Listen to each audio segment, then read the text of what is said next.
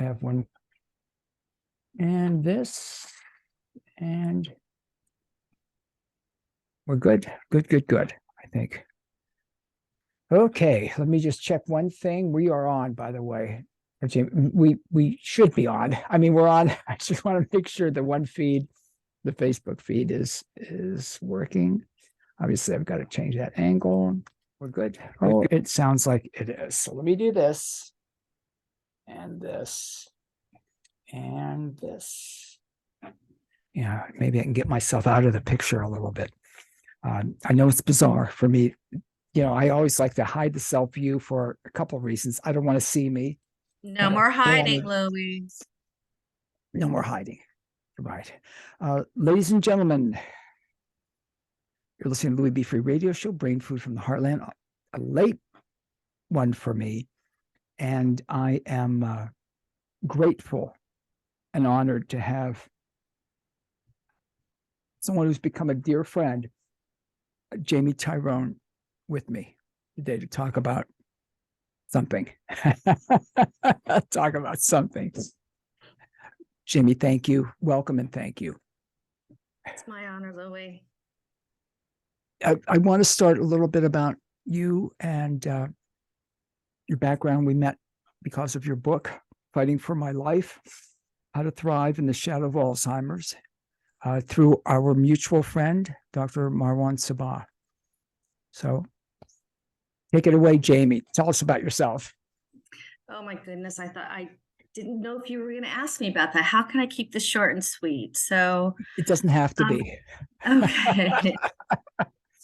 It doesn't have to be short. It doesn't have to be sweet. Okay.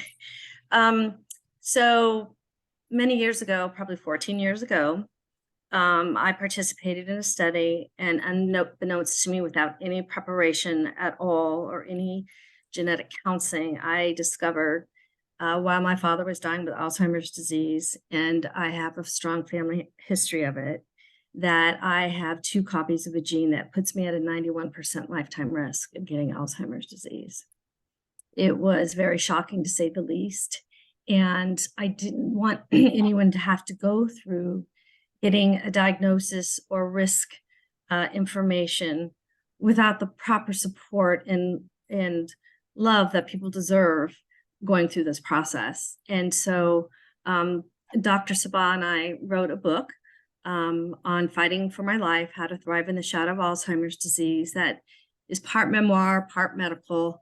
And it explains my story and what I went through and the highs and lows of finding out this information and trying to make sense of it and living with it, and how it affected my husband and my family, and just how it changed my whole life trajectory. And so I'm involved in patient advocacy and lots of activities. So there you have it in a nutshell. Unless there's something else you want to ask me, Louis, or if I left something out. And I would encourage people to get the book and read the book, Fighting for My Life, How to Thrive in the Shadow of Alzheimer's, Jamie Tyrone's book. You've got to share in your book, you share about your husband and what he said about, so you got to, I have so many pages turned down in your book. Oh my goodness. I'm going to have to send you a fresh copy. An autographed copy. I would love that. Oh, is that not autographed? It may not be. It's not. It is not. It's okay. Okay. Yeah. No, Louis. I will be sending you a fresh copy that's autographed. So don't. And I won't mark it up. My play, and then you can keep that one all marked up. So, yes. So I was very, very traumatized. I was diagnosed with PTSD when I found out this information. And my husband, who happens to be he happens to be 13 years older than myself. I know he's 75. And he happens to be 13 years older than myself. He says, well, what is your biggest fear? And I thought, oh, how sweet, And I said, well, that you're going to have to take care of me. And he said, sweetheart, he said, please don't worry about me. He said, I'll be dead by then. And I started laughing, almost falling on the floor. And And I'm thinking, gosh, I don't know if I should put this in the book, if people will understand the relationship that my husband and I have and how important humor has been in this process. And believe me, he's come up with some zingers. And, you know, I had a lot of people tell me, you know, our favorite character in that book is your husband, that Doug guy, that man that you married, because he just, he brings some, you know, levity to the situation. And then the very next day he went out and he purchased extra life insurance for me. So, so we wouldn't have to worry. But he outlived his life insurance, Louis. So now, I mean, we were doing a countdown. I said, sweetheart, you have 10 more months to die before and he's laughing. He goes, well, I don't know if I can get it done that quickly. But anyway, The importance of it's humor. The importance of humor. Absolutely. Absolutely. So I guess I should say, right, that I was recently diagnosed with Lewy Body Dementia. And it's not Louie. It's funny when I say it to people, when I've said it to, you know, close friend, he thought I was making up the name. He said, yeah, okay, you know, yeah, right. I said, and he said the same as others. I know you're demented. I've known that for years. I said, it's a thing. It's a disease. Take it away, Jamie. Sorry. And by the way, I'm in a bad. We'll talk about the cognition fluctuations at some point.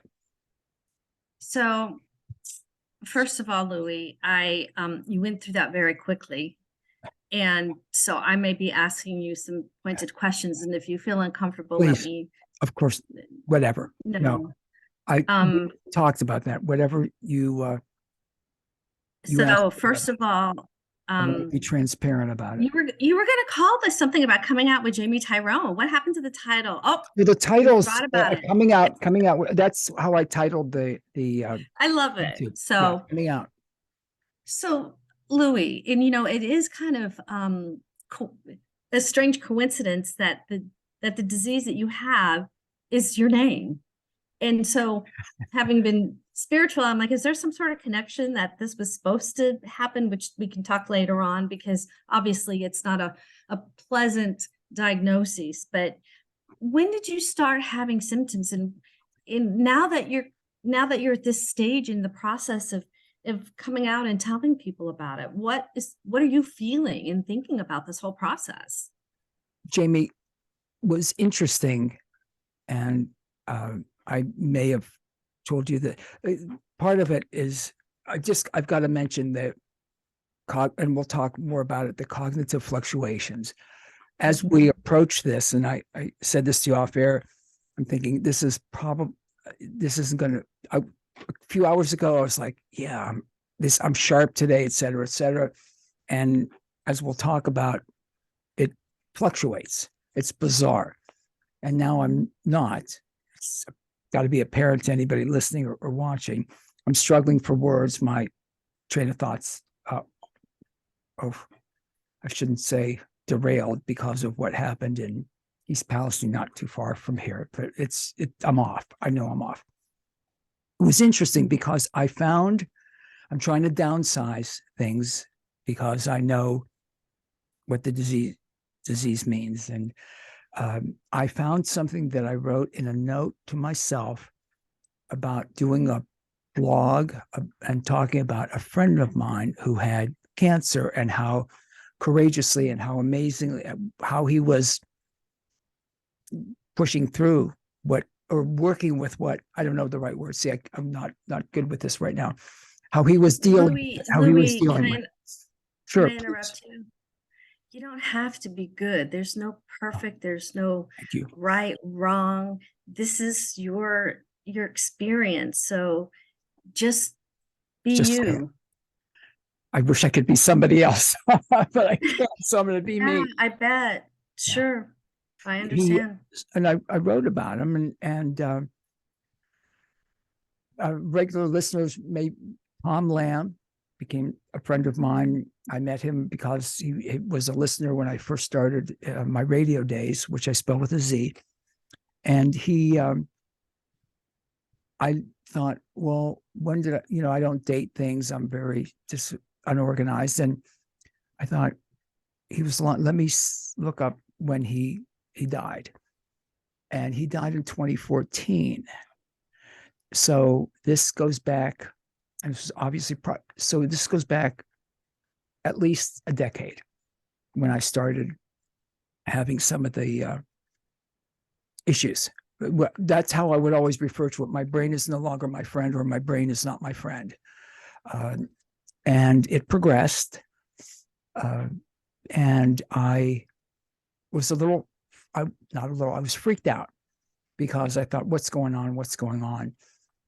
It was, interestingly enough, Jamie, I had a guest on a number of times. Oh God, I think it's okay that Orson Scott Card. He's an incredible author. He actually, for those that know the movie Ender's Game, he wrote the book Ender's Game. That, what's the actor? Oh, thank you, Mr. Memory. Harrison Ford was in it. Yeah, how about that?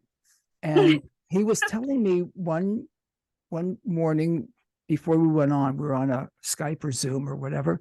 And no, not whatever, Louis, Skype or Zoom. And he was talking about something that was going on with him. And he said, I'd get up in the morning and I was sharp, et cetera, et cetera. And I'd be driving to university or at university or getting ready to go. And I felt like my brain was shutting down. I said, that's me. That's going on with me. He said, I went through a TMS, transcranial magnetic stimulation.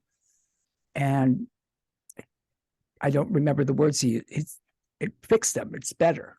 So I thought, yes.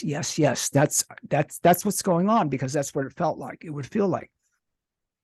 To get approval through Medicare, my insurance, I had to fail at, they have to diagnose you as depressed.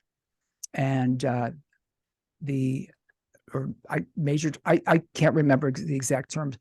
And you had to fail at, I believe, 4 antidepressants at like max dose. So you have to build up. I mean, it was a long process. I hated taking them. And finally, I was able to get the team, because you've got to get on them to the dose. You can't start at a high dose. And then getting off of them, if anyone has taken antidepressants and got off them, is challenging. I'll just say challenging. I got the TMS and nothing. I just, and you go for like, I think it's like 30 or 36, 5 or 6 sessions. And you go, I think it was like 5 days a week. And it's painless. I mean, it was fine, but I got no benefit from it. It was suggested that I try it again at a different place.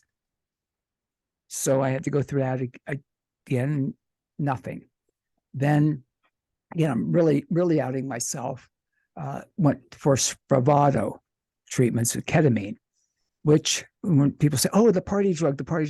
Well, not in the setting that you're in, although it was very weird, but and the people where I had the Spravato were just wonderful at the an infusion center, just really, really amazing. Nothing. What happened last year, and this was, again, it's getting worse and making errors. And I had a new doctor. The doctor that I'm going to was the GP, retired. Went to another one, by the way, that was recommended. And I saw him for a few months, and then he became a hospitalist and shuttered his practice. And they had a list of doctors. And I asked the staff, I didn't know, what do I just point? Do I throw a dart at whatever? They said that this one doctor, probably shouldn't say the doctor's name, they heard really good things about. And when I started to see her, I was telling her about it, and she was determined, and she listened and was determined to figure out what was going on. So last year, I probably had more tests. I've never been a malinger, never been and I say this to friends, I never liked the doctor. You know, I was healthy. I eat a very healthy diet. I exercise, et cetera, et cetera. And as someone close to me would say, if I cut a finger off, I'd probably duct tape it back on instead of going to emergency, whatever. And because I would, if I hurt my thumb or wrist or knee, I duct tape it, literally, you know, and it would keep it steady, and then it'd be better. She was determined to figure out what was going on. And then I lost like 35 pounds over a course of some months, not trying, eating well. Like I'm a voracious eater. I eat a lot of food. And so there were digestive changes. Again, not to be crude, but to be transparent. Eating the kind of diet I eat, I had very high fiber. It's a lot of fiber.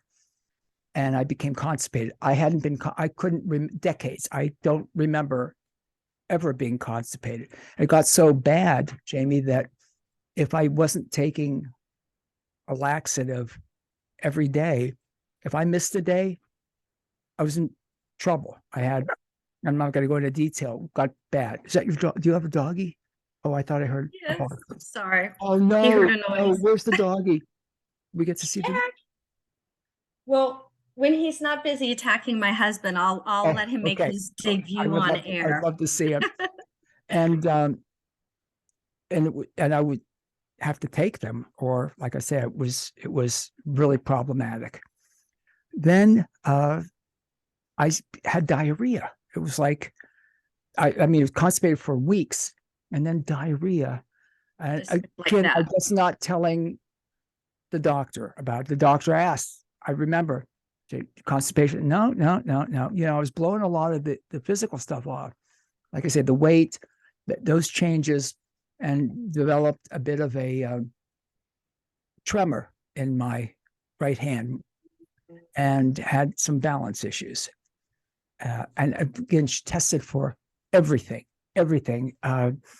Went to thought maybe leukemia, because there's a lot of leukemia. My mom and dad both died from leukemia, and I had a grandparent on both sides that died from leukemia. So again, that got tested, and the doctor was great. All clear. He said, I hope I never see you again, which is great. You know, that I never needed to come back to. Yeah. And such rejection, Lewy. No, it was great. It was good because it was clear. I didn't need to. Right. You know, he said it with humor. It was. Yes. Part of the humor again. I was. Yeah. Oh, that sent me for a endoscopy because of the gut issue, the digestive issues. All clear.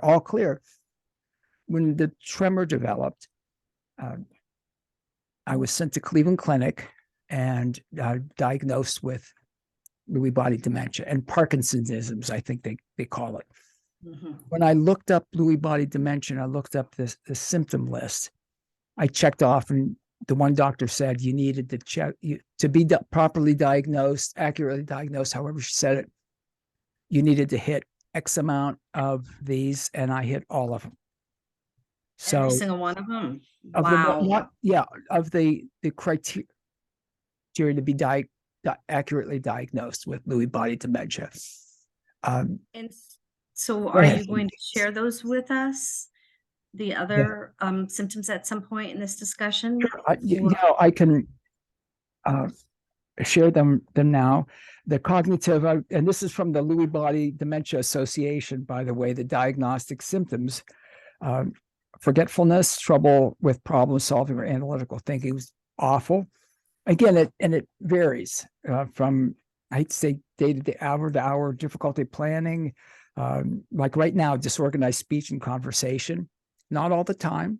And I want to talk about the fluctuations, level of concentration and attention, unexplained episodes of confusion, daytime sleepiness, rigidity. I get, I don't want to sound like I'm whining, muscle cramping, which will literally wake me up. And when I'm able to sleep, bad, sometimes not bad, but sometimes, and fortunately, it only lasts for a little bit.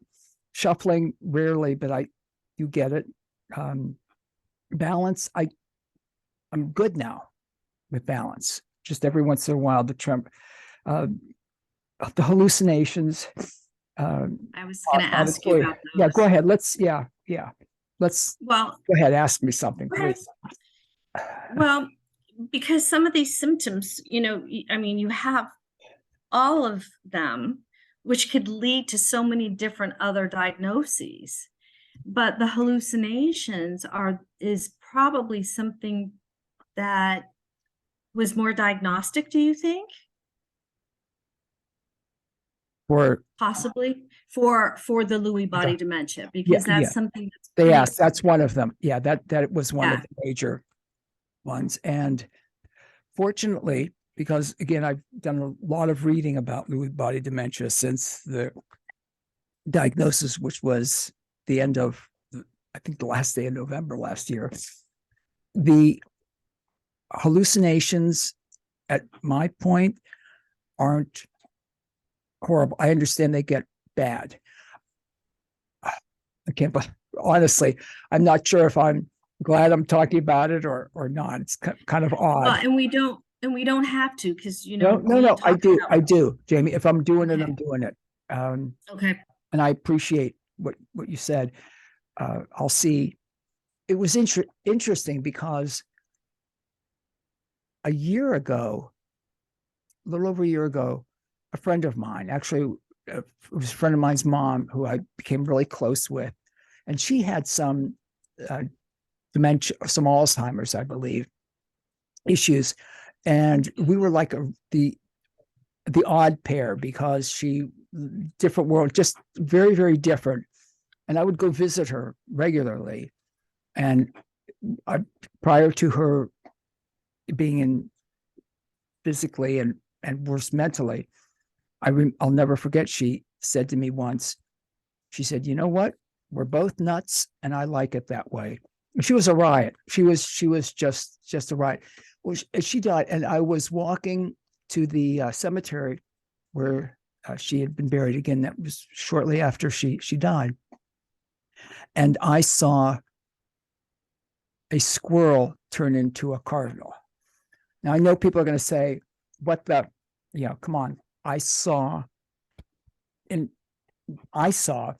squirrel turn into a cardinal just before I went into the cemetery, just before I walked into the cemetery. As bizarre as that sounds, I can see it. It was real to me. And I know intellectually that squirrels don't turn into cardinals. But that one did, as far as and I had remembered when a friend of mine died a number of years ago, his mom was telling me, I didn't know about cardinals being symbolic of someone who had passed, visiting or letting you know they're okay at that point. And she was telling me, your friend is okay. He used to smoke outside, and the cardinal, she went out, and the cardinal was sitting on the chair he would sit in. And she was telling me about it. And I thought, you know what? I get it. I get it. But it was real when I saw that squirrel. I can remember it, and it was a year ago, how real that was. The other, I get startled. I see animals, sometimes non-threatening. The weirdest one, the unsettling, not scary. Oh God, I'm just rolling with this. No filter. I saw a cat in a store with a baby's face. Now that was really unnerving. That was unsettling. And I know cats don't have babies' faces yet. And I'm looking at some of the other people that were around the store. I'm thinking, am I the only one that sees this? And then gone. It was gone. I realized that, of course, I realized that was a hallucination. It was interesting because back when I was trying to get the TMS, Jamie, the doctors always, do you hallucinate? And my response was always, comically, how would I know? If I see it, I see it. Well, that's, now I understand the difference, if you will. Right. Yeah. So, but I understand it can get really bad, really scary. Well, and it's interesting because a very, very, very, very dear friend of mine passed with Lewy body dementia. Originally, she was diagnosed with Alzheimer's disease, but as her progression came, she was hallucinating, and her hallucinations were mainly around, and I've read this in the fact that you said this strikes me, is that it's around like animals and children. And here you had the combination of a cat whose face looked like a child, which I find very interesting, that you somehow the two were combined. And Louis, the fact that you're being so very open and candid in your experience, I hope that people will find it helpful. That's exactly, that there are diagnoses that really make this happen, and you're not crazy. There's something that's going on in the brain, well, maybe beforehand. But that there's something really going on in the brain, and that if we withhold this information to our medical providers and don't share it, that they're not going to be able to figure it out and help us because of the stigma that might be attached to it. Sure. And I'll share a story with you, Louis, that I don't know if I did, because I don't know if I experienced it after you and I had spoken, but I had gotten long COVID, and I've gotten a lot of brain fog. And so, of course, the first thing I go to is that I have dementia, because I have this high risk for it. And I was embarrassed because I started having auditory hallucinations. And I started hearing, I don't know, did I share this with you, Louis? Not to this degree. Go ahead. Okay. And so I was embarrassed by it. And, again, it's my own internal messages that I give to myself, because I didn't know if they were real or not. And, but I was hearing music. And so I called my neurologist. I understand, believe me. Go ahead. It was like muffled music. And so I am a research participant for Alzheimer's disease. I'm very, very fortunate that I'm with a research entity who is very kind. Having auditory hallucinations. And he said, with Lewy body, it's more visual. He said, I'm not quite sure this makes sense. And then I said to him, so then I'm thinking something's really off. And then I said to him, I said, well, could it be long COVID? Because absolutely, there are case reports of it. And I looked it up, and sure enough, it described them to the T. And so he said, let's let this work it out in a couple of weeks and see how you're doing. And thankfully they're gone. So I haven't had any of the auditory. And but you always wonder in the back of your head, is this real or is this not real? But there wasn't a big band in my living room, so I couldn't say that that it was real. It was really very, very strange. And I didn't know if I had shared that with you, because this happened just recently around Christmas time. And but I just wanted to share with you that, and maybe that was given to me so I could help understand what you were going through with your hallucination. Because I believe things happen for a reason, and we're all here for a reason. And the fact that you're sharing this, Louis, you're helping people. I hope so, because it's not about me. People need to know it's because, again, it's chasing a diagnosis is challenging. Like I said, it's been at least a decade for me. And you must have go ahead.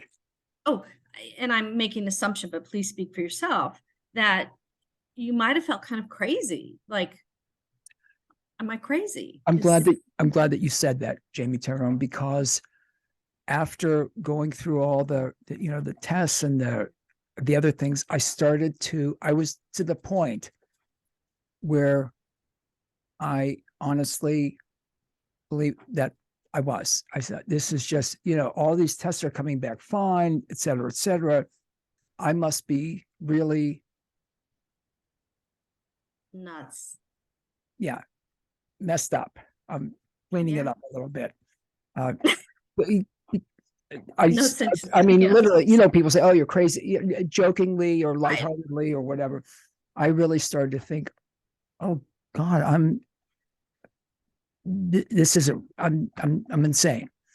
And the diagnosis, as awful as the disease is, and you can talk a little bit about your experience with your friend, if you will, a little bit more. It's a horrible diagnosis. It's a horrible disease. Yet, way I look at it, it is what it is. I'm very pragmatic about it. I try to deal with it with as much humor as possible.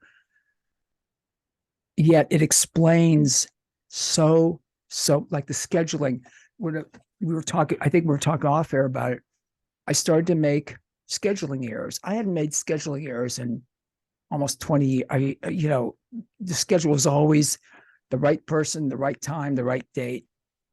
And I noticed, I said, wow, okay, with all the scheduling, that's possible. I made a mistake. Then it was another one. And then when I realized that it was happening more frequently, and this is something that I know you'll understand, Jamie Tyrone, other people that have had somebody or have somebody that has Lewy body or other, I would focus. I thought I was focusing. It was like, I've got to be very careful. I call it the myth of multitasking, at least for me. I can't be distracted. I can't be listening to music. Well, I've got to look at the email or look at the text and get my calendar, my book, and write it in at the right time. I still make mistakes. Believe me, when I hear say it, if somebody else said that to me, I'm thinking, yeah, okay. I would say, oh man, I'm sorry to hear that. That's horrible. But in my head, I'd be thinking, you're really not focusing. How could this, go ahead. No, you just piqued a point or a thought that I hadn't shared with you. And I put this in my book, and that, wait a second. Oh, wait, I gotta get a picture. Listeners, I'm sorry. Jamie Tyrone is holding up her beautiful little doggy that I have pictures of, but I'm going to take one from the screen if I can get it together here and focus on getting the camera. And Jamie is the author of Fighting for My Life, How to Thrive in the Shadow of Alzheimer's. Look at Louie. Look at Louie. Look at Louie. Look at Louie. Oh, he's not going to sit still. It's adorable. Oh, thank you. Wait, one of those. That was just a little break here. The fact that you're sharing this and sharing what your challenges are or what you're having to deal with when you're making scheduling and you're making errors, and you don't talk about it because you don't know how you're dealing with it, how other people are going to react to it. But I would like to share a story with you, Louie, and I hope that you will take this to heart. Is when my father had Alzheimer's disease, and I had visited him one day, and our thing is I would take him, he wanted me to take him, I would go on a beer run for him. Now, it wasn't beer, it was near beer. Because they wouldn't allow it. They wouldn't allow it in his memory care. And so one day you pour some in a bottle, a near beer bottle, and it was a green bottle. It looked like his Heineken. He was like. So anyway, I said, "Hey, Dad, I'm going to go on a beer run," and he said, "Well, can I go with you?" And I said, "Okay." Well, I forgot that he'd become a kleptomaniac. And so he would come home and when Oh, he was still living with his wife, and he'd have bacon in his shirt and everything, he'd belts and whatever. sorry, I And I shouldn't laugh, right? no, no, no, no, no, because this is where humor, It's a disease. acceptance, Yeah. and kindness helps. So anyway, I totally forgot about this. And he runs into the store, and all of a sudden he goes straight to the candy section where there's loose candy. And he started enjoying nothing but sweets, and he started putting this candy in his pockets. And I said, Dad, you can't do that. You're stealing. He goes, the hell I can't. And I go, no, no, here, Dad, The hell put I it in this can't. bag. I know. No, I wasn't going to stop him. And so I said, well, put it in the bag. And that way I could, Yeah. see how much he had taken and I could pay for Sure. it. Well, he wouldn't have anything to do with it. So I said, okay. So I went to the manager as my dad was having a blast in the candy section. And I said, I'm so sorry. I said, my father has Alzheimer's disease, and he's currently stealing a lot of your candy. And whatever you think that he's taken, I said, I'd be more than happy to pay for it, double the price, whatever. And you know what this manager said to me? He said, you know what? He said, in my store, I call that sampling, and there's Oh, no charge. yeah.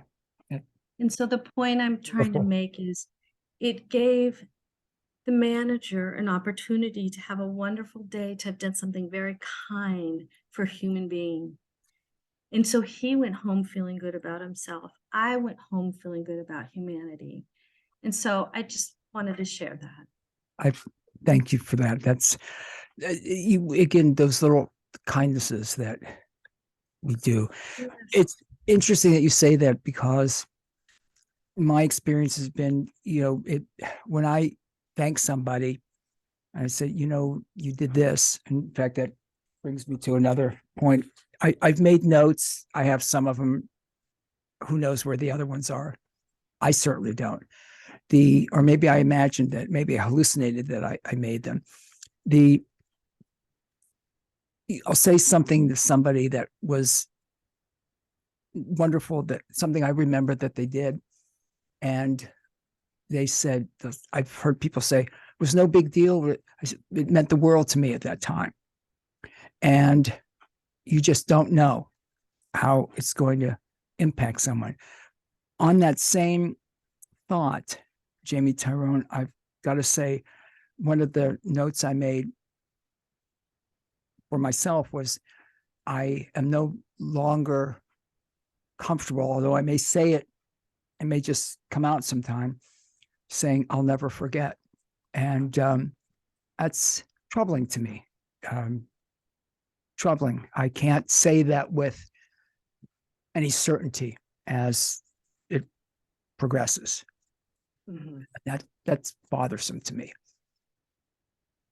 And that's totally understandable.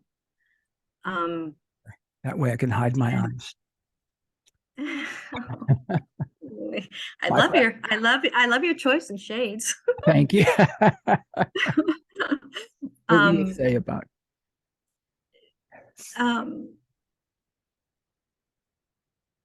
what I was going to say is that I feared that my father would not remember me. And he got to the point where he could not remember my name, but he always knew that I was someone special to him. Even the day that he passed, he gave me a big smile, and he knew who I was. I mean, he didn't know my name, but he knew I was special.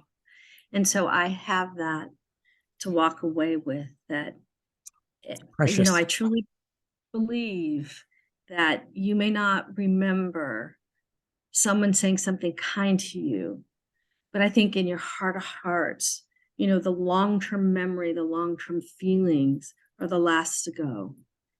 And so you may not recognize, but I have to believe that you will know. I hope so.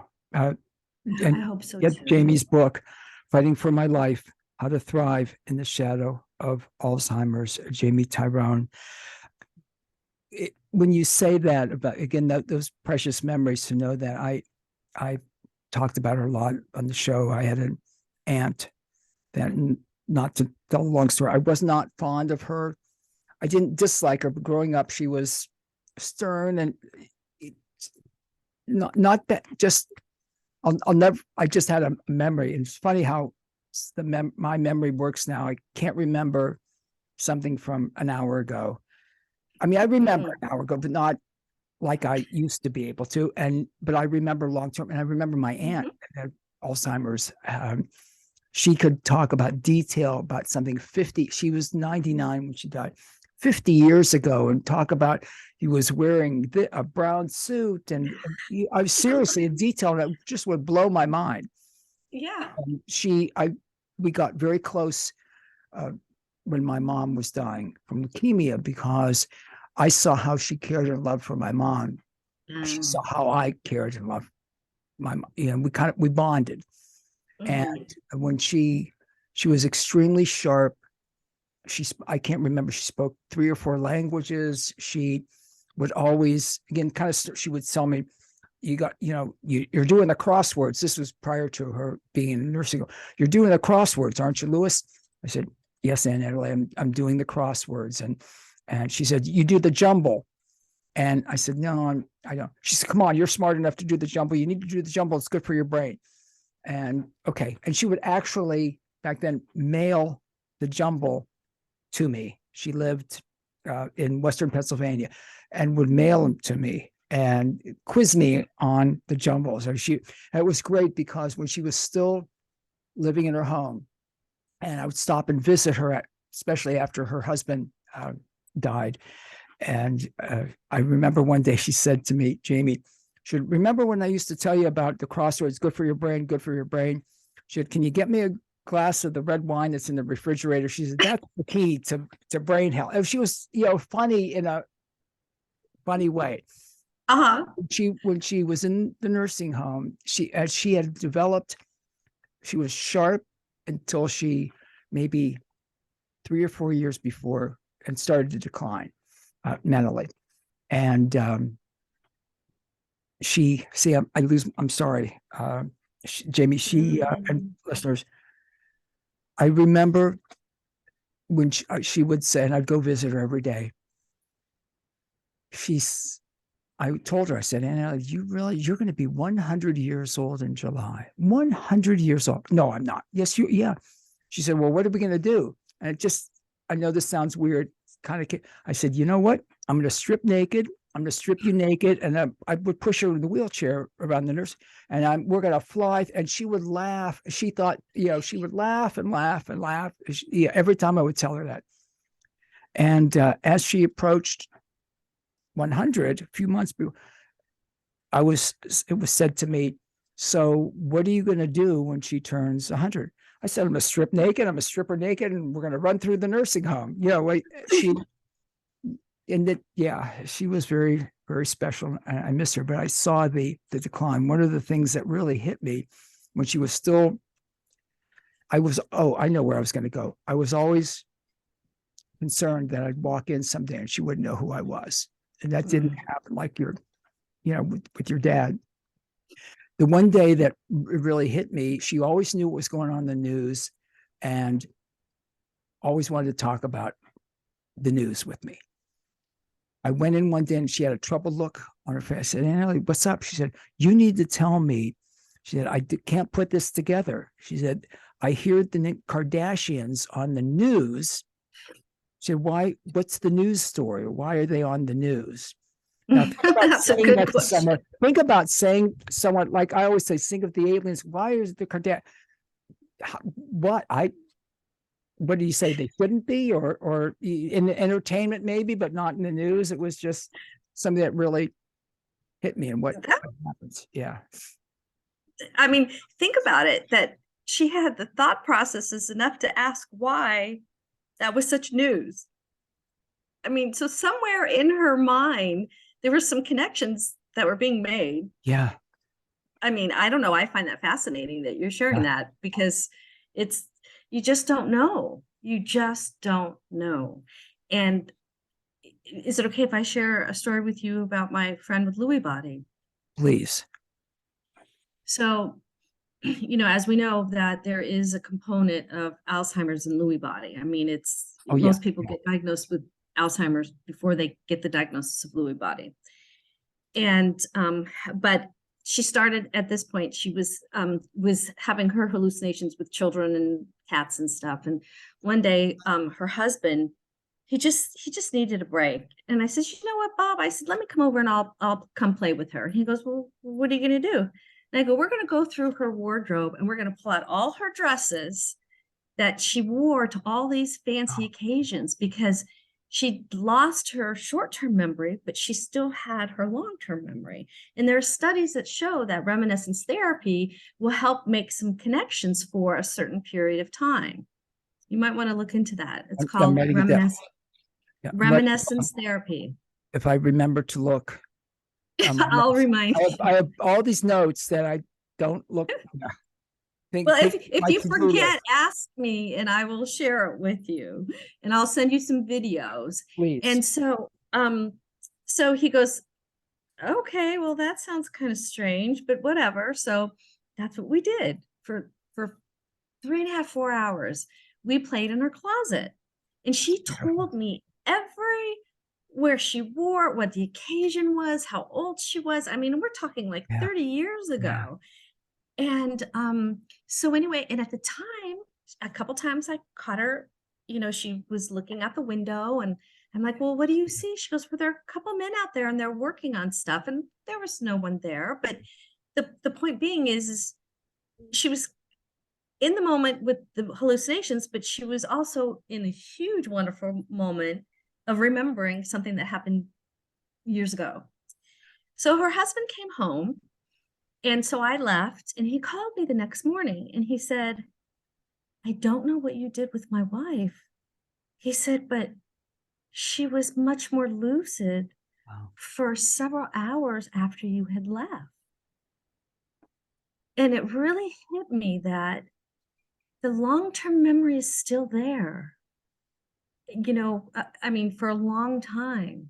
And it can spark you kind of into the moment, maybe not totally, but there are videos out there. I will see what I can do to show them to you. How, a gentleman who's completely non-communicative, and they started playing, he was African American, and he started playing jazz from the 40s, and he started singing, and he started beating his hand to the movement. And then for half an hour later, his caretaker at memory care was able to ask him questions about, well, what do you remember about that? And he's like, those were the best times in the music era that I can ever remember. And, so there's still so much we don't know, but there's so much that we can do, that we do know, that we can treat people with dementia with kindness, and that, we're people still inside. And if I end up getting dementia and I don't know where my progression or what my travels will be, I hope someone remembers that when I am in a memory care, that they make sure they bring me a martini once a night, and maybe I'll remember that they'll bring me my martini once a night, so I can have my memories way back with the girls' night out. So anyway, Jamie Tyrone, that sparked a couple of things. By the way, the song, John, I'll have to send it to you if I remember. I made a note, but I have to look at the note. John Prine's song, Hello in There. Just say hello in there. Oh, have you heard the song? Are you familiar? I haven't, but I love the title. I'm gonna have to. Bette Midler, I think, did a version of it. John Prine wrote this beautiful song called Hello in There. You made me think of a friend of mine who has a rabbit rescue, and F5RS is her rescue. She also has bunnies in baskets, where she'll take rabbits to therapy rabbits, to nursing homes and school, etc. And she was on with me once, and we both started to tear up. She told a story about going to a nursing home and taking the rabbits around to the residents there. And the staff had told her as they were approaching one of the residents, he's nonverbal, so don't expect, et cetera, et cetera. And here I go. Even more emotional these days. He started to talk to the rabbit. And she said the staff started to cry. He was not nonverbal, but he talked to the rabbit. Didn't talk to any of them, didn't talk to my friend Sassy, but talked to the rabbit. It was just beautiful story. Yes. There's somebody in there. There is. And my girlfriend had a dog who had passed, that she forgot that her dog had passed. And I got her a stuffed animal that looked just like her dog. And she carried that dog around with her every day because it brought back the memories of her dog. And so the fact that you shared that with us about the rabbit and the person speaking, there's someone in there. Yeah. Hello in there. Check it out, folks. John Prine, or whatever version. There's other people that did. If you don't like John Prine's voice, it's called Hello in There. I'll send it. I am going to send it to him. Just find it now while we're on. Your friend, what, and how will you talk a little bit about the, what do I want to call it? I guess the progression of the disease, yet Yes. I don't know what word, I'll use it for myself, deterioration of. So she, and this was very interesting. Her actual gastrointestinal GI specialist, who she was seeing for GI issues, she had an appointment with him, and we share the same GI, and he's a fabulous man. And he came out of the office and he said, her GI is not her biggest issue. It's her mind. And he was the one, the gastroenterologist was the one that diagnosed her with dementia. And we came up with a plan, and she went to a memory and aging clinic and got diagnosed with Alzheimer's disease. But then as it progressed, the diagnosis changed to Lewy body. But what was so beautiful about this couple was that they talked about it early on, about the diagnosis, and they were very open and honest with each other. And they talked about what her desires were, if she had gotten to the point where that she would need assistance. And they had the plan way beforehand. So there wasn't any worries about what was going to happen. It was all about just enjoying life in the moment, having everything taken. And that's the attitude people need, to way people need. Yes. Go ahead. Oh, and they lived in the moment. I mean, we would go out with them on a daily, every weekend we'd go out with them for breakfast, or we'd go to wineries and have lunch, and they'd have live music there. And she stood up and started dancing, and her husband was in tears, and he said, I have not seen her dance like that in years. That's beautiful. Because they chose to live their life and get it all taken care of, so that they could enjoy every moment that they could. Jamie Tyrone, that's one of the things that, again, to look at Alzheimer's, dementia, Lewy body dementia, whatever, the acceptance of it, again, for me, when I've had, forgive me folks if I'm repeating, I had a friend, did you ever think, why me? I said, why not me? Firstly, I wouldn't wish it on anybody. Wouldn't want it.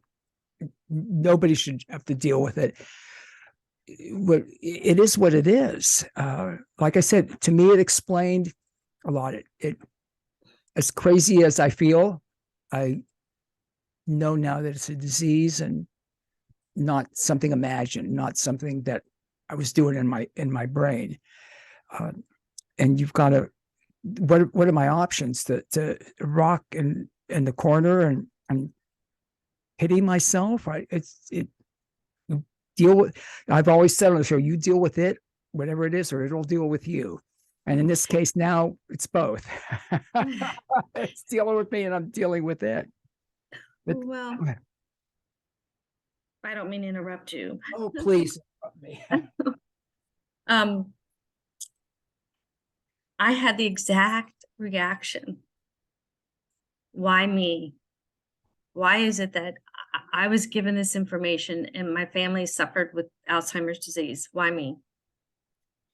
To the point where I had to decide whether or not to stay alive or not. I mean, I contemplated suicide. And then when I realized that I came back to my faith, whatever faith anybody believes in, whether it's God, universe, whatever, for me, it was, why not me? Why not? Yeah. And my whole life, starting out as, a registered nurse and then going into business development and public speaking, I thought, my whole life I've been groomed for this moment. And this is what I'm supposed to be doing. And it changed my life when I said, why not me? Mm-hmm. And it actually brought my husband into my life, because at one point in time, I was diagnosed with MS, with these neurological symptoms. And I said, oh, gosh, I'm unlovable. Nobody's going to love me. And I would go out on dates and tell somebody on the third date, and they wouldn't call. I would never hear from again.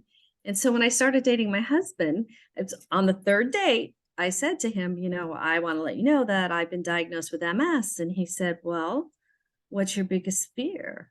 And I said, well, that I'll end up in a wheelchair and that you have to take care of me. He said, don't worry about that. He said, that means you could never run away from me. He's great. He's great.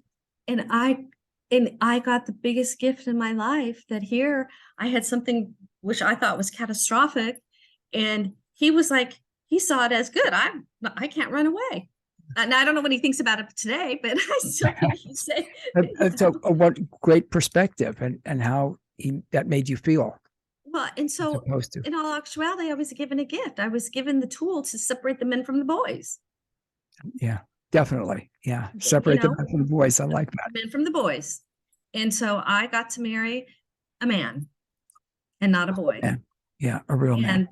And you married a real woman, and been together for many years. And it's part of life. It's like it. Yeah, it is what it is. And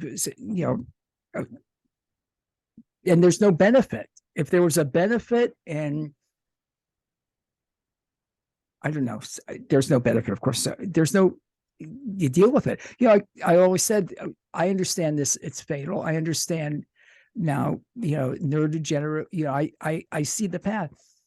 If I live that long, I mean, I know where I'm at in it. Mm-hmm. Kind of. And I had an appointment at the Cleveland Clinic recently, and was talking with one of the doctors. That you have a team now, and all the testing and all the. Team Lewy. Well, yeah, it's interesting when they say, well, part of your team. It's like, wow, yeah, I guess it is a team. And I'm sorry. Yeah, I do want to talk about the fluctuations while we're on it, but oh boy, Jamie, please stop me if I mentioned this. I thought about maybe not doing it today because I was sharp earlier. And now, obviously, clearly I'm not. And now I'm not seeing that, but I know you're seeing that. Oh, yeah. But what I'm seeing is that somebody who's being very real, raw, and honest, and that you're here not only to help yourself, but to help other people too. When you say raw, it brought back a memory that earlier in my radio days, yes, folks, with a Z, I had someone, and he was being critical. I said, your show, it's raw, it's raw. And I took it as a compliment. It's real. It's, pretty much unfiltered. When you talk about the fluctuations, which is, I was just going to say is very, very troubling. It's a gift, because there are hours throughout the day that I feel fine. mentally. I feel sharp. I've had a guest numerous times on the show. Amazing. Terry Walters. I can't remember when she first came out. She wrote a book called Clean Food. She's written a number of cookbooks. Highly recommend Terry Walters' books. And I had her scheduled, and we've developed a friendship because she had been on many times over the years. And this was, I don't know, a month ago maybe, and I was just a mess when we were going to do. And I was on. She was on Zoom. We're getting ready to go on. I said, Terry, I am so sorry. I don't think I can do it. I wanted to do it well. I wanted to do it as well as I could, and I knew that. And of course, she was wonderful and understanding, compassionate, and empathetic, etc. It's okay. We'll do it another time. And it just felt horrible because I was all hyped up. I had the cookbook. I had all my notes that I probably would never look at. I actually made notes and ready to go. Recipes I wanted to talk with her about, and just didn't want to do it in the state that I was in. And of course, again, very kind and understanding, and it's just she's an amazing human, wonderful. And we rescheduled, and I guess it went okay. The interview, I felt different. The fluctuations are very troubling, and that's some of the things with Lewy body dementia. It was suggested someone at the Cleveland Clinic that I watch this one video when I've been talking about it, of this very prominent, a very successful lawyer, and who had Lewy body dementia, has Lewy body dementia. I'm kind of doing something else while they were going through the introduction, and I went back and I was letting it play and went back, and I thought, oh, it's still the introduction. And I realized this is the guy. And I thought, this guy can't have Lewy body dementia. This is what he's sharp, he's articulate. And he would say, he said, I could get up in the morning and tell my wife, I'm cured. I'm going back to work. I'm fine. He said, later in that afternoon, I'm standing in front of the microwave and I cannot figure out how to heat my coffee, something that simple. And those fluctuations,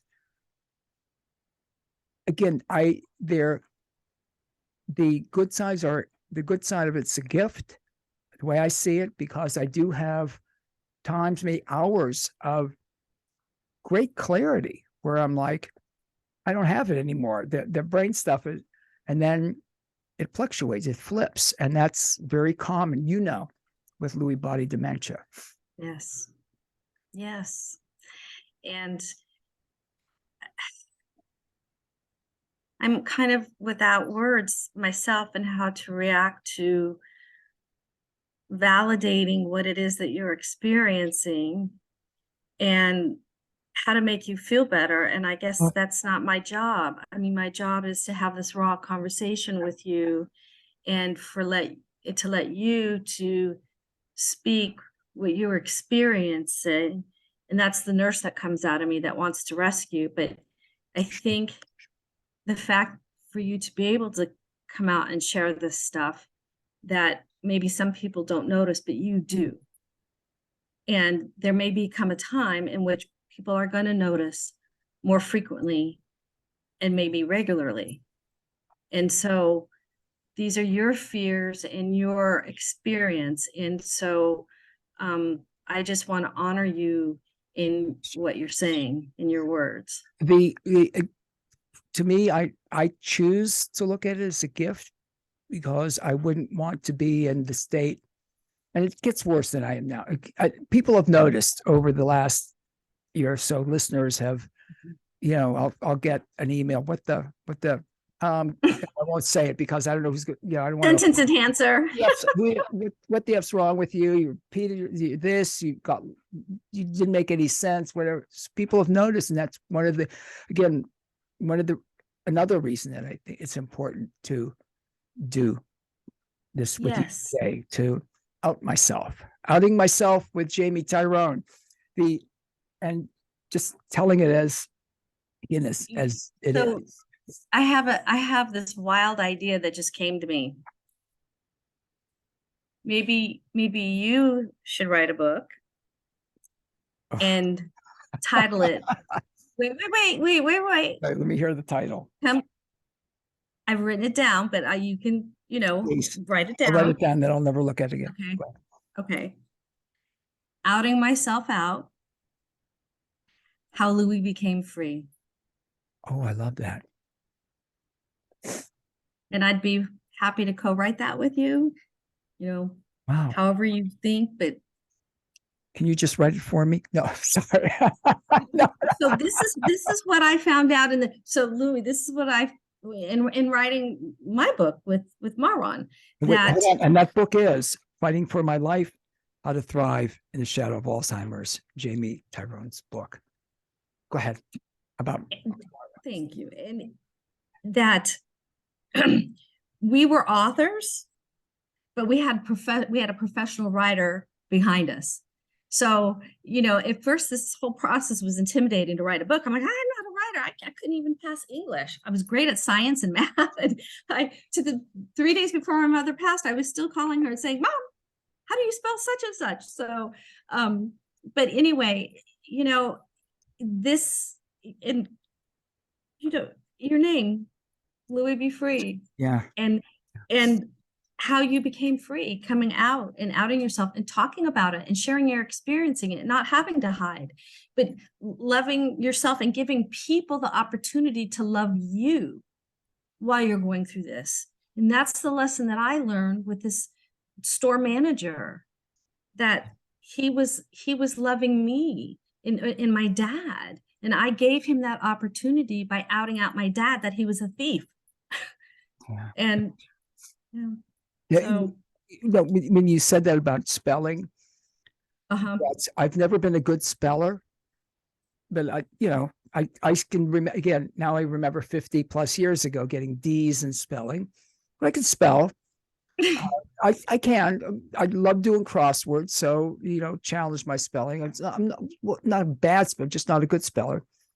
I was stuck when I was writing something. The word.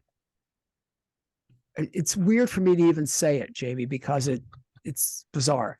The disease is bizarre. I'm bizarre. The word floor. I wrote it and I thought that can't be right. That's floor, Floor. And I literally, and simple words I'm fine to spell, even some multi-syllable words I can spell. Certainly, I can spell, just not real well for some words. And I literally had to look it up because the self-doubt is like, it just didn't look right to me. Floor, it's floor, not floor. So is it FLOR or FLORE and I want to say it was troubling to me because I couldn't figure it out. Literally had to look it up. Again, I'm being very raw, very open about it. I should be more embarrassed, I guess. But that's. Go ahead, please. See, I love your honesty. I love your transparency, and to me, that's what adds quality to relationships. And I think that's probably how our relationship has evolved into a very trusting, meaningful relationship, that you can be honest, warts and all, whatever you're thinking about yourself, whether it's good, bad, ugly, wonderful, awesome, gorgeous, whatever, so the fact that you're sharing this, you're giving other people the opportunity to love you. And if they can't love you, or if they're going to not be nice to you, they don't belong in your life. Thank you for saying it. Again, I just don't want, I know it's about me, but I just want people to understand that this disease is out there. It is. And people need to be aware of it. One of the other things that I had noticed, again, with the struggling with doing the show, and I don't know if I mentioned earlier, I've been told by a doctor I need to have an exit strategy because where I'm at, not going to be able to, I'm doing terribly at it very often, but not being able to do it. I need to have an exit strategy from the show to not be doing it. And I understand that. I'm planning on moving forward. I'll talk about that another time, but you and I spoke about what I want to try to do. But it's just the understanding of what it is. See, now I'm losing it, I know, a bit. An understanding, Jamie, I'm glad we're doing it now. Because if I came off cognitively sharp, if I was having one of the upswings, it wouldn't make as much sense. It is what it is, and it's probably worked out better that I'm not on one of the highs, if you will. By the way, just a funny aside, it was suggested that I explore a medical marijuana card. I should get, and I smoked my share, and many other folks share many years. And I'll tell people, I said, I haven't smoked dope, and call it dope. I still call it dope, pot in decades. And I got the hair to prove it. I mean, I don't know how long that stays. And I said, so when it was a felony when I started smoking dope, you smoked plenty of it. And now that it's quasi legal, or you can get a medical marijuana card, if now you're not, it's just, I don't know, funny to me, because sleep is one of the issues with Lewy body dementia. And my sleep has been for years. It hasn't been, not like it's horrible now. Sleep, even with medication, sleep medication, like 2.5 hours, and then pop up like wide awake, and takes hours or more. Even if I take more medication, sometimes I don't go back to sleep, and I don't want to take too much medication because I've got to get up and do things. But the sleep is one of the, what should I call it? Hallmark, one of the things with Lewy body dementia. It's so multifaceted. So it affects, because the brain isn't working. The brain's not firing properly. Like now my nose is running. I was saying earlier, I don't have a cold. It's bizarre. It's weird. I'm not doing coke. Speaking of drugs, my nose. I didn't even think about that, but gosh. Yeah. And then to stand with someone and say, I don't have a cold. I'm fine, except I'm sniffing, and then I've got to blow my whatever. It's bizarre. I do want to say, and I'll try to get this posted up. And I was talking with you a little bit about it at Jamie Tyrone off air. Twilight and Me, a soliloquy. Dr. Daniel Drubach, a physician, a neurologist, I believe, at Mayo Clinic, diagnosed himself, and then had obviously got diagnosed by other neurologists, has written beautifully about, and there's videos up. Twilight and Me, a soliloquy. See, I keep losing it, Jamie. We're gonna have to close up pretty soon, so I don't just put your rabbit glasses back on. Yes, here they are. There you go. There you go. It's interesting when you understand, because you do feel, I shouldn't say, I felt crazy because all these things starting to happen, and now I know I'm repeating myself, but the diagnosis, as horrific as it is, it's horrible. You die if I don't get hit by a bus, or something else happened. It's fatal. And again, to look at it honestly, like you were saying about, it is what it is, and we all have to enjoy life. We all have to. Oh God, it's interesting. You won't know this song because you're so young.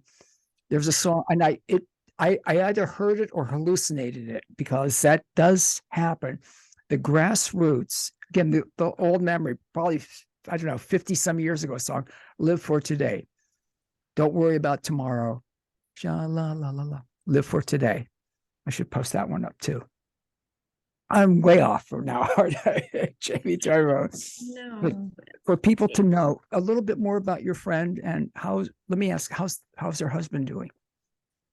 Well, something very, very beautiful happened in the sense that, well, the sad thing is COVID hit, and so he wasn't able to be with her when she passed. Wow. And that was pretty difficult. Um, he he um he had no clue what his life held for him, You know, I and saw, he sorry, I'm on. See, actually, someone actually walked into the studio and oh I startle. So, ah because sometimes there's nobody there. Yeah, I'm just go ahead. right. No, don't worry. I can that's what's the question. Oh, so what happened? So he has since he grieved her passing very hard. I mean, and really spent time grieving through the process. And he happened to in our neighborhood where we all lived, his very dear friend, there were a couple friends, he and his wife and this woman and her husband, they had always traveled together for like 30, 40 years and known each other, lifetime friends. And her husband then passed, and now they have this beautiful friendship, and they're able to reminisce about their spouses without any jealousy or without anything. And we'll be out with them as a couple, and they'll be talking about each other's husband and wife. And it's just, it's so it just some people might say, oh well, he moved on, but he didn't. No, He actually is able to honor her memory with having a friendship with his friend, and both of them are able it's to wonderful. honor their spouse's memory. So it's a very beautiful friendship that they have. It's interesting that you say that because my father died over 30 years ago. My mom started to, my dad's friend, a friend of my dad's, they used to golf. They were friends. Started to see him initially, and his wife had died, so they very similar. And I remember some, I won't mention them, some relatives, some family that had were very critical from my dad's side. They were very critical to my mom and didn't understand. And my my mom loved my dad. They were loved each other, and it was important for both. And they would talk about, and very similar. And it was a wonderful. I was fine with it. So initially, I was just like, really already, and then it was like, it was a beautiful thing. It was a good thing, I should say. Yeah, it was a beautiful thing, and it was good for both of them. And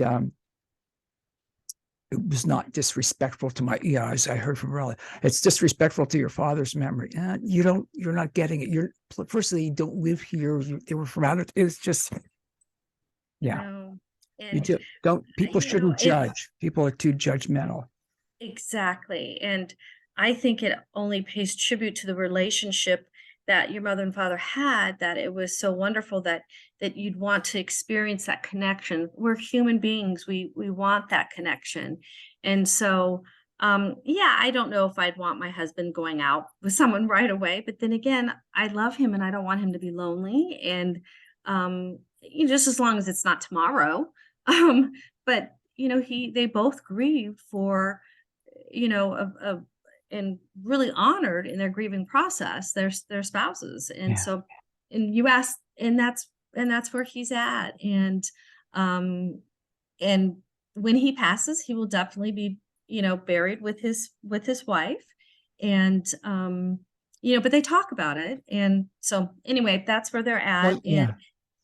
he he was very, very loving towards his wife during her disease. Yeah. Very, very loving, and and treated her as a person. And I think that's what I was really impressed with.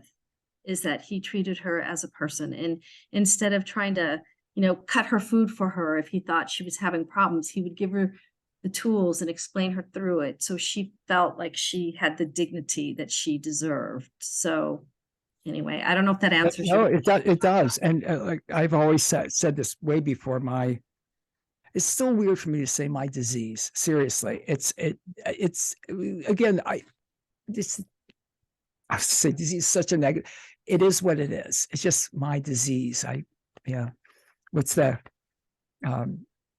soul to squeeze the Red Hot Chili Peppers? I've got a bad disease. It's from, I think these are the words, it's from my brain where I bleed or something. The recognition of it, obviously, but I was going to say about my mom and dad, and I said this for years, they loved each other. It was a beautiful, they shouldn't have had kids. It was very dysfunctional, they were wonderful. I'm serious, but isn't that the way with all parents? They shouldn't have had kids. No, it's, anyway, I'm just making humor in light of it. Sorry, I don't mean to. No, yes, they were great parenting.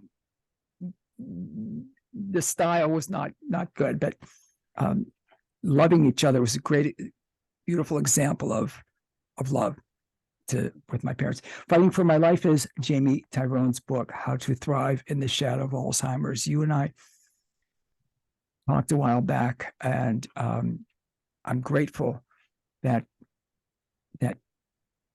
you're doing this with me. I certainly it wouldn't have made sense for me to do it on my own, but I owed people that were questioning an explanation of what was going on with me and what's coming.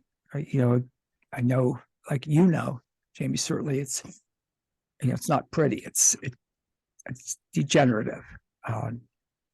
I've read enough about it. Now, but if it helps, if somebody else, I know you're saying it so people will love, and I see it differently, what we're doing. If you don't mind, I feel it owed an explanation to people. And you and I were talking, like a week ago, I don't remember. Maybe it was yesterday. Maybe it was a month ago. I don't remember. But about, you were concerned about how I was feeling. We're curious about how I was feeling about doing this.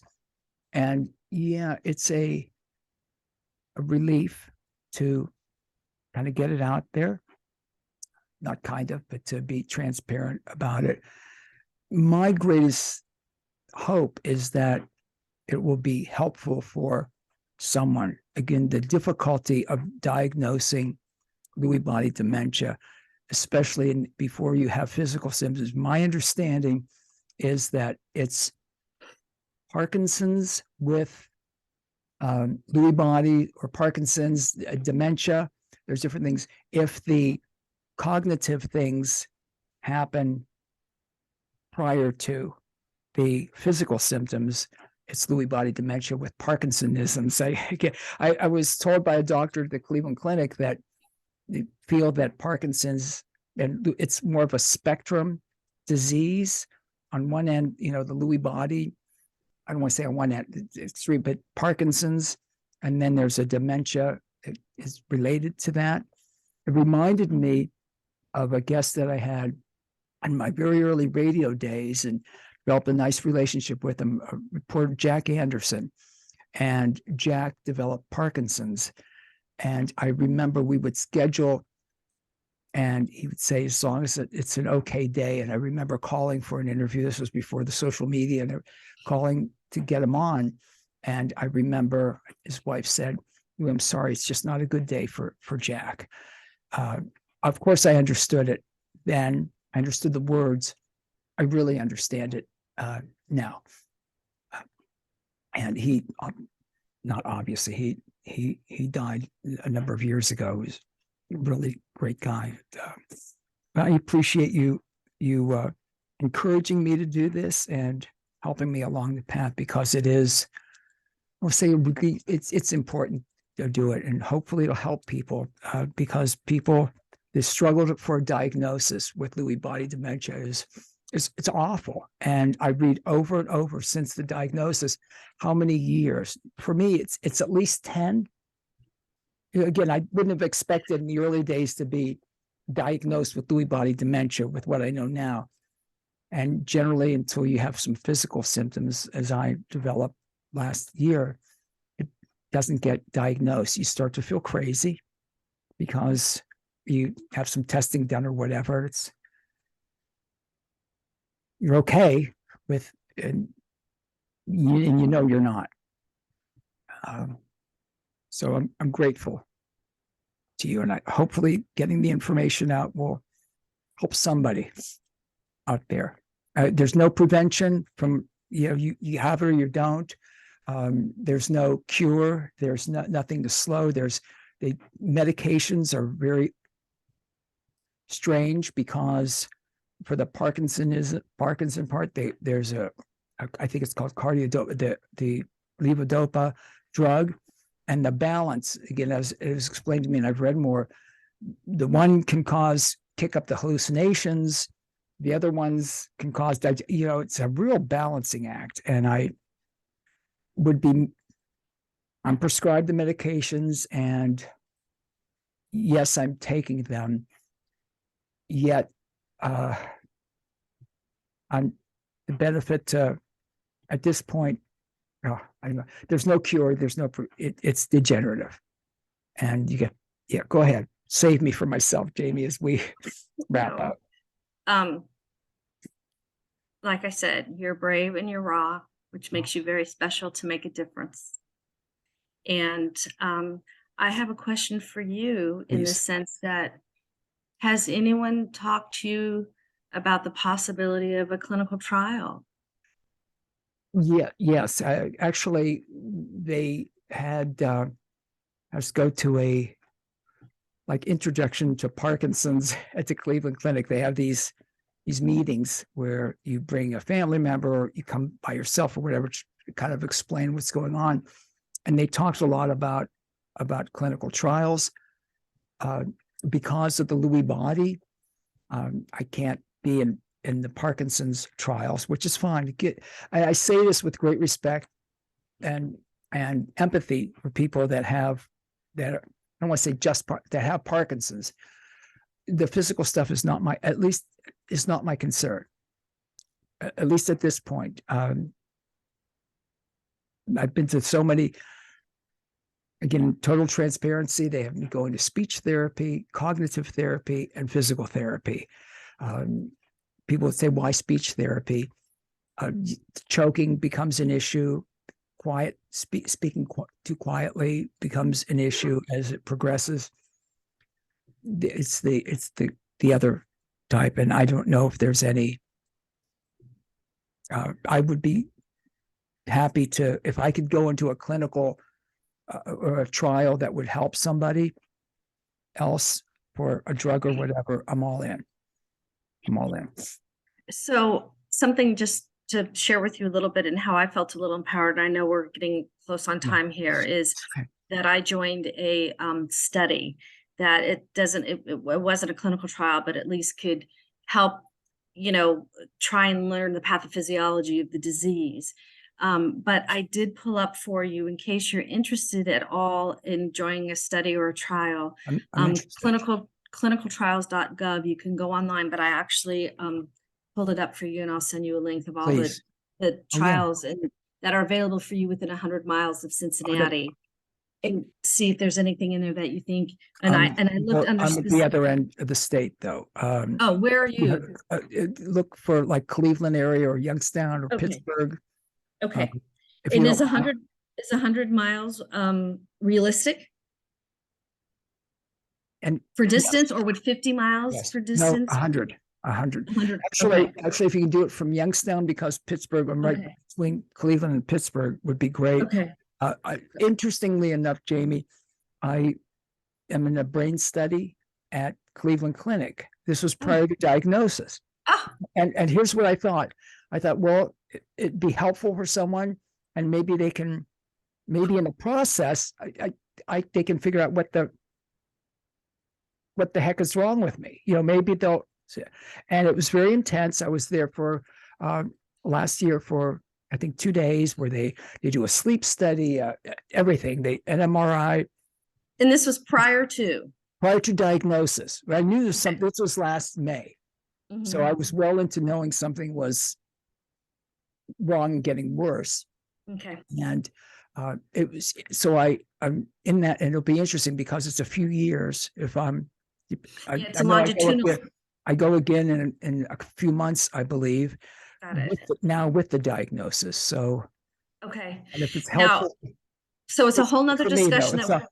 Oh, and let me forgive me. You don't get the results of any of your tests except if they see obviously, if they see something, they contact your GP. So this is where our next program will work out. So I co-authored a paper on, because studies are set up to where you haven't been able to get your results for comparison. So I had an abnormal MRI in my clinic setting. My doctor did it, and it was abnormal, but I couldn't get results from my previous participation because that's not how the study was designed. So I co-authored a paper on the proposed participants' Bill of Rights I mean, literally it was published in November. Within like 30 days, the NIH already included it in the requirements for any new studies to be funded by the NIH, that they need to include ways on and how they're going to disclose this information and what their plan is for disclosing information. So that will be a whole nother conversation if we can. But anyway, nonetheless, for the essence of time, I will go ahead and do a search for you and send you a link to what the results are and see if there's anything there that. Now, you're in a longitudinal study, but that doesn't mean if there's a clinical trial that you may want to try a different drug. You can always that study and go to another specific. Mine's it's just the study like I was in. I don't want to say general, but they're looking for aging as they're a lot of things. So but you and I can go over it when I send you the information. If there's something that you want to talk about, we can do that. I'm grateful. I know I've kept you a long time today. It's necessary for this to happen. It's important, and I'm grateful for you, Jamie, because obviously with your heart and your empathy, everything about you, combined with your personal experience, as you write about in Fighting for My Life, How to Thrive in the Shadow of Alzheimer's, I'm grateful because I'm grateful to you and for you. And I am honored to be a part of your journey, and I see a book coming out of you. How Lewy became I don't know who's going to write it. Yeah. Oh, I do. I have it all planned out. You don't even know it. The writer that helped with our book, who does great memoirs, and he captures the story. And so anyway, but nonetheless, it's something to have fun with. So anyway. We'll do it again. And again, sorry for crying. No, don't ever be with me. Don't ever be. Sorry. I know, but I don't have the fancy rabbit glasses. So there you go. I usually say, I'm doing air quotes, so I was going to say I've got the rabbit glasses on. People are saying, and that was the other part. I thought, I guess I've got to be on camera. I don't like looking at myself. And there's a whole other thing with the Lewy Body Dementia, getting lost in mirrors, by the way. But I fear the mirror because who is that guy? Louis, but it is what it is. You were helping so many people, and your candor and you've helped me. You helped me. Well, I'm grateful. Helped each other. Jamie, thank you. Thank you so much. We'll do it again. Thanks. Okay. Thanks, Lewy. Thank you. Okay, folks.